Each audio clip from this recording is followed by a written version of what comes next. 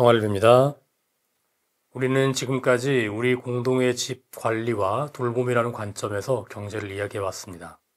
그래서 오늘은 우리 공동의 집의 구성원들인 인간과 피조물에 관해서 간략하게 이야기를 해보고 우리가 우리 동료 인간 형제자매들 그리고 피조물 형제자매들과 어떤 관계성을 맺어야 하는지 이야기해 볼까 합니다.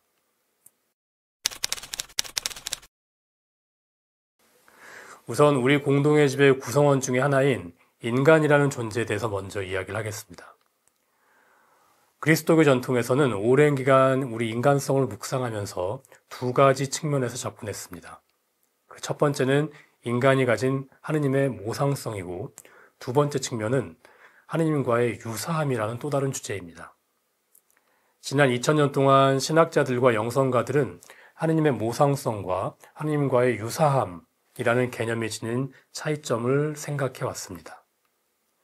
대개 초기 동방교부들의 묵상과 연구에 따라서 특히 이레네우스의 관점에 따라서 다음과 같이 생각이 정리가 되었습니다. 모상성은 천부적으로 주어진 인간의 타고난 하느님과의 닮음입니다. 여기에는 사고하고 의지적으로 결정할 수 있는 능력 등이 포함됩니다. 유사함은 그러한 기본적인 모상성과 인간 본성에 더해진 신적 선물입니다. 즉, 인간편에서의 회개의 삶과 하느님의 은총의 축복이 더해진 상태를 뜻합니다.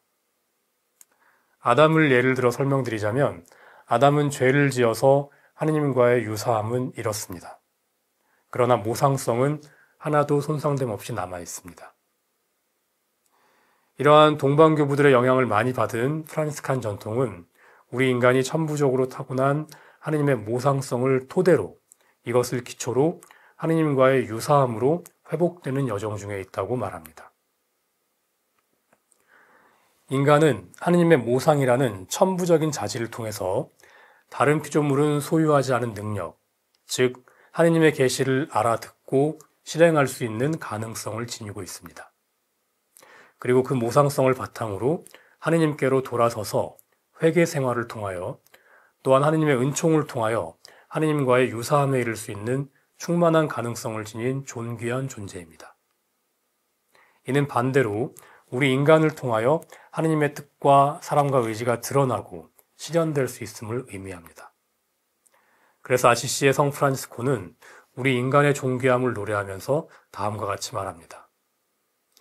당신의 거룩한 뜻에 따라 그리고 당신의 외아드님을 통하여 성령과 함께 모든 영신적인 것과 육신적인 것을 창조하셨으며 당신의 모습대로 그리고 비슷하게 만드신 저희를 낙원에 두셨으니 라고 말합니다. 하지만 우리 인간은 우리 인간 스스로의 탓으로 추락했습니다. 프란시스코와 프란시스칸 전통이 말하는 우리가 추락한 원인은 우리 하느님의 것을 하느님에게로 감사롭게 돌리지 않고 그것을 내 것으로 우리 인간의 것으로 소유하고 전용하는 죄입니다. 즉 올바로 가난하지 못했기 때문이라는 것입니다. 따라서 본래 인간이 가지고 있는 하느님의 모상성과 하느님과의 유사함을 회복하기 위해 다른 말로 하자면 본래 우리가 지어진 모습을 회복하기 위해 가난과 겸손과 자금이라는 회개의 여정이 필요하다고 가르칩니다. 요컨대 인간은 천부적으로 하느님의 모습을 반사하는 모상입니다. 이미 이 자체로 모든 인간은 존귀하고 존중받아 마땅합니다. 그리고 하느님을 향한 가난과 자금과 겸손이라는 이 회개의 길을 통해서 모상성의 완성회로, 즉 하느님과의 유사함에 이르는 여정을 걷고 있습니다. 또한 중요한 점은 인간은 이러한 인간만이 가진 능력으로 인해 전체 피조물계 안에서 대단히 특별한 책무를 지닌다는 점입니다. 하느님의 뜻과 사랑에 응답할 수 있는 인간의 천부적 존귀함과 능력은 소외되고 버려진 이들과 다른 모든 피조물의 운명을 함께 끌어안고 하느님을 향해 나아갈 수 있음을 의미합니다. 그래서 프란시스칸 전통에서는 전체 세상과 피조물이 우리 인간을 통하여 또 인간과 함께 하느님께로 돌아가고 있다고 논합니다. 즉 이 세상 피조물이 하느님이 본래 지어내신 그 빛나는 모습을 잃지 않는 가운데 인간과 함께 공동의 여정을 걷고 있다는 것입니다. 따라서 인간은 더 형제적이고 더 지속 가능한 사회 공동체를 건설하는 방식으로 바로 지금 이 자리에서부터 이 인간의 특별한 책무를 살아야 합니다.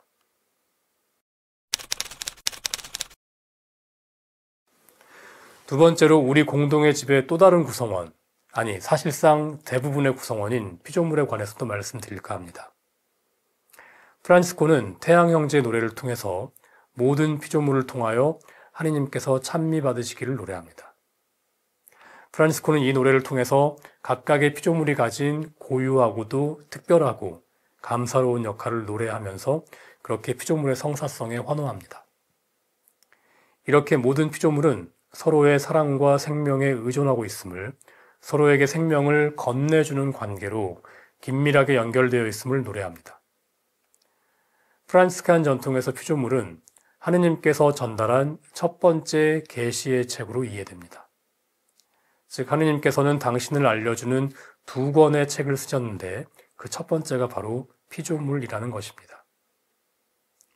피조물이 하느님 계시의 책이라는 말은 우리가 곧 피조물만 제대로 바라보고 관상해도 하느님을 알 수 있다는 뜻입니다. 이렇게 피조물이 하느님 계시의 책이라는 묵상은 회칙 찬미받으소서에서도 반영되고 있습니다. 예컨대 찬미받으소서 85항은 다음과 같이 말합니다. 하느님께서는 소중한 책을 쓰셨습니다.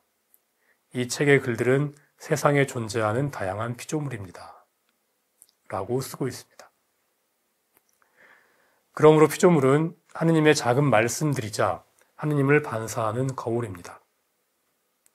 또한 프란치스칸 전통은 모든 피조물이 삼위일체라는 시면으로부터 솟아나왔고 따라서 삼위일체의 신비를 유한한 형태로 공유한다고 말합니다. 이 역시 찬미받으소서 239항에서 다음과 같이 메아리 치고 있습니다. 모든 피조물은 그 안에 고유한 삼위일체 구조를 담고 있으며 라고 말하고 있습니다.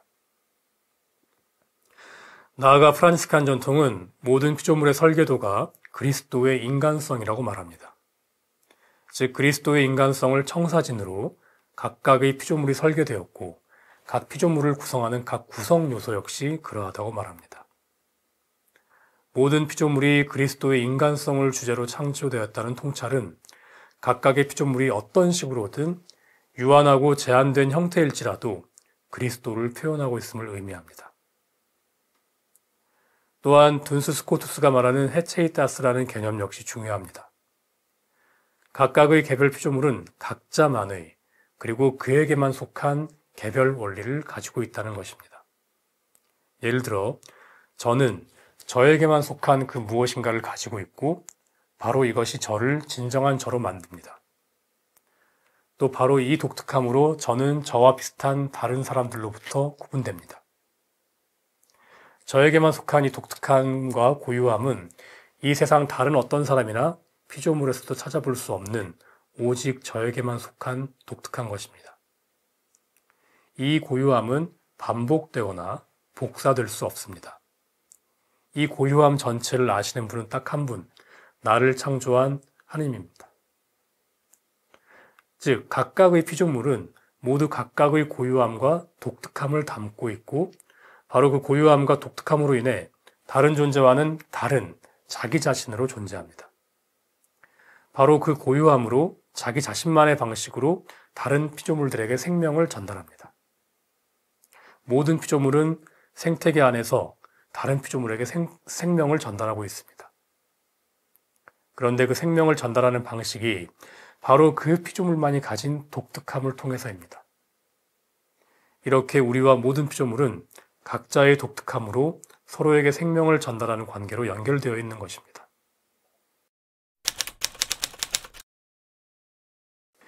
이러한 피조물과 인간의 관계, 또한 인간 서로 간에 맺고 있는 관계는 형제 공동체 관계입니다.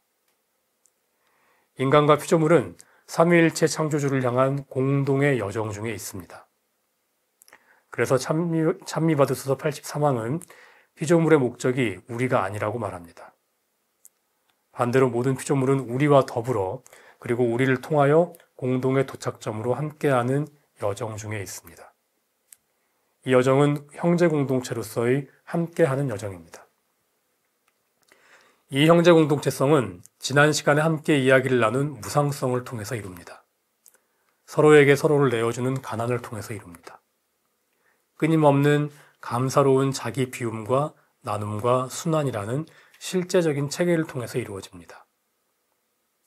프라테르니타스라고 불리는 이 형제성의 원리는 전체 피조물을 포함한 우리 모두가 하나의 같은 원천이신 하느님에게서 나와서 각각 다른 하느님의 글자를 새기고 있다는 영성을 포함합니다.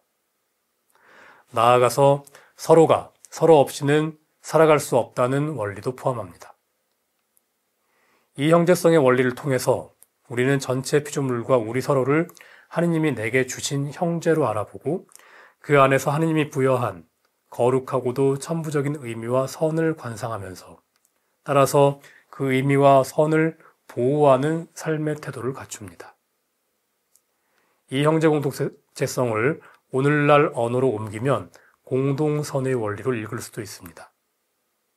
앞선 시간에 살펴본 바와 같이 공동선의 원리는 단 한 사람, 단 하나의 피조물의 의미도 저버리지 않는 그렇게 모두를 살리고 모두를 포함하는 선입니다. 바로 이러한 공동선의 세상이 곧 형제 공동체의 세상입니다.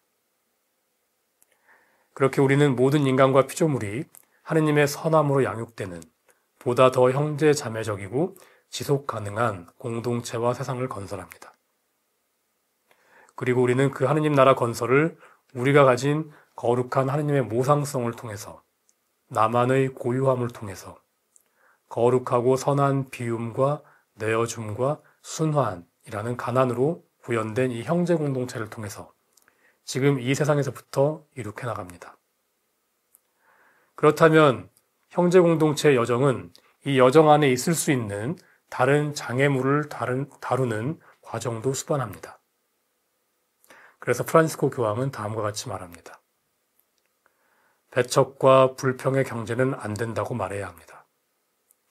나이든 노숙자가 길에서 얼어 죽은 것은 기사화되지 않으면서 주가 지수가 조금만 내려가도 기사화되는 것이 말이나 되는 일입니까? 돈은 봉사해야 하지 지배해서는 안 됩니다. 교황은 부유한 이들이 가난한 이들을 돕고 존중하고 북돋아 줘야 한다는 것을 그리스도를 대신하여 일깨워줄 의무가 있습니다. 널리 만연한 부패와 이기적인 탈세가 전 세계적 규모를 띠고 있습니다. 신격화된 시장의 이익 앞에서 자연환경처럼 취약한 모든 것은 무방비 상태에 놓여 있습니다. 이상이 프란시스코 교황이 하신 말씀이고요. 오늘 말씀은 여기서 줄이겠습니다. 다음 시간부터는 본격적으로 경제 주제와 문제를 다루어 보겠습니다. 그래서 우선 중세시대의 경제 주제와 문제부터 함께 살펴보도록 하겠습니다. 감사합니다.